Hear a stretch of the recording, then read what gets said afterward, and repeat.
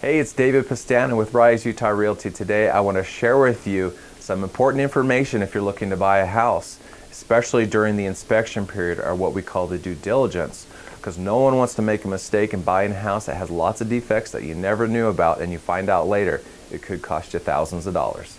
Okay, so you're looking to buy a house. Inside the Utah real estate purchase contract here, which I have in my hands, there is a section called due diligence. In fact, it's in section 8.1. I'm going to open it up here. And in this section, it gives the buyer the right to accept or reject due diligence. Due diligence is basically saying, hey, I trust you that the house is great, but I want to verify. Most of the time, I would say all the time, I want people to do due diligence on a house. The reason is if you close on the house without doing due diligence, you buy it as is. You know, that term as is means, hey, look, the seller's not going to repair anything after the close. So you have to know what you're getting into. So you don't want to find out that there's mold in the walls afterwards, because that could cost you a lot of money. So in this section 8.1 of the contract, there outlines a lot of things that you could do. In order to clarify what you have access or right to do, it's listed there. And in Utah, we also have another sheet, which I have here, which is called the Buyer Due Diligence Checklist. As realtors, we share this with our clients so that they know all the options that they have. There's actually 20 items listed here.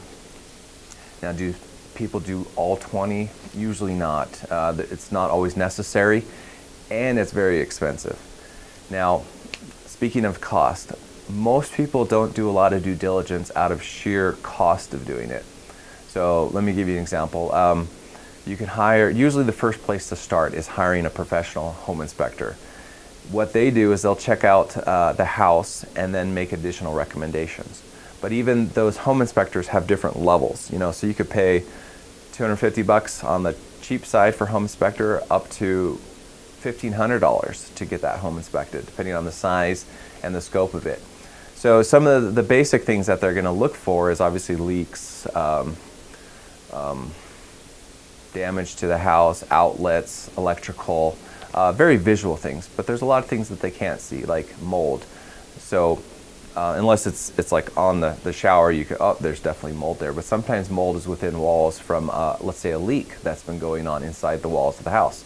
So hiring a mold sample, an air test for that is going to take a couple days and going to cost you more. Also in Utah, we have something called radon. Radon is an inert gas that in high concentrations, they say over time could potentially cause cancer. So they also say that it's present in about a third of all houses, so it's fairly relevant out there. But most people don't do that. Why? Because it'll cost you usually $150 to get it tested and a couple extra days. So depending on what you want to do, you want to at least be aware of your options and know that doing due diligence takes time and it takes money. It's an investment, because you don't want to make a mistake when buying a house, because afterwards it is as it says in the contract. But usually start with a home inspector, and then based on their recommendations, you can proceed from there. Now, another question I get asked is, well, how much time should I request for my due diligence period? Within the Utah real estate contract, on the very last page of the contract, let's see here, opening it up, section 24, there's a section here with deadlines. One of the deadlines is seller due diligence deadline. So, or sorry, there is a seller due diligence. It's the buyer the due diligence deadline as well. The buyer, that's where we define how much time you're going to get to inspect the house. Normal homes take about 2 weeks to inspect. Larger homes, especially commercial properties, you're going to use a lot more time than that. But you know, think through it. If you're going to do a lot of tests, you may want at least 3 weeks. But the key is to get going as soon as possible. Like as soon as you get under contract, get those things ordered. One of the biggest mistakes that people make is they'll order the home inspection like a week after it starts, and they only have 2 weeks. So the trouble is you get the home inspection back the day before If your due diligence expires, now you're rushing to ask the seller to probably repair things. And if they're not fast in repairing it, you could expire when you didn't have to, okay? So actually, I just had that today. It's in the afternoon right now, and I got an email from the agent at 10:30 last night, and their due diligence is expiring at 5. I'm the listing agent. They're asking, what can we do to fix things, okay? And they didn't put it in an addendum, they did it in a email. So officially, it's not official. And it's just last minute where they put their buyers in a bind, and they expect the sellers to respond quickly. So don't do that. Try and get things done early so that you have time to negotiate these items. And just so you know, you can negotiate them all. Repairs are negotiable. And usually what you can do is you can ask them to fix it. You can, that's before closing. If they don't want to fix it, you could ask for a credit so they can either reduce their price or like pay for your closing costs in lieu of that. Or if they don't want to do anything, they're not willing to compensate you, you have to analyze whether that's really, really important to you, and you can just cancel at that point and move on to the next property. Now, one of the things that's required of the seller is to give you what's called a seller property condition disclosure. So the seller's responsibility is to give to you this disclosure and tell you everything that they know that's wrong with the property. All right, here's the disclosure form. Here's my notes on it too.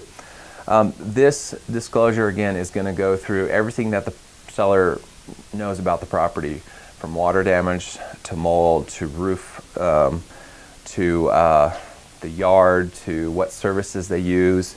It's all listed in here, to their appliances, etc. Termites, structural damage, soils, etc. It's a fairly lengthy report here, and you sign this as a buyer. So the seller sends it to you and then you sign it. Now, you signing it doesn't mean you agree with it, it's just acknowledgement that you've received it. And it's the seller telling you everything that's wrong and if they've fixed it, and it's part of their disclosures. They're also going to send to you HOA documents, any leases, etc.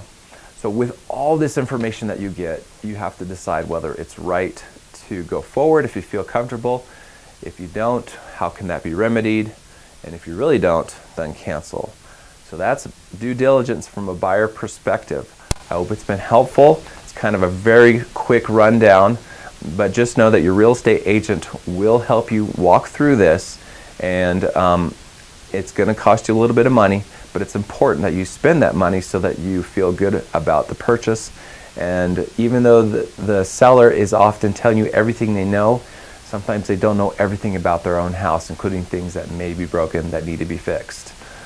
Thanks for watching. Remember to subscribe, and as always, call us if you have any real estate needs. We would love to work with you. Thanks. Bye.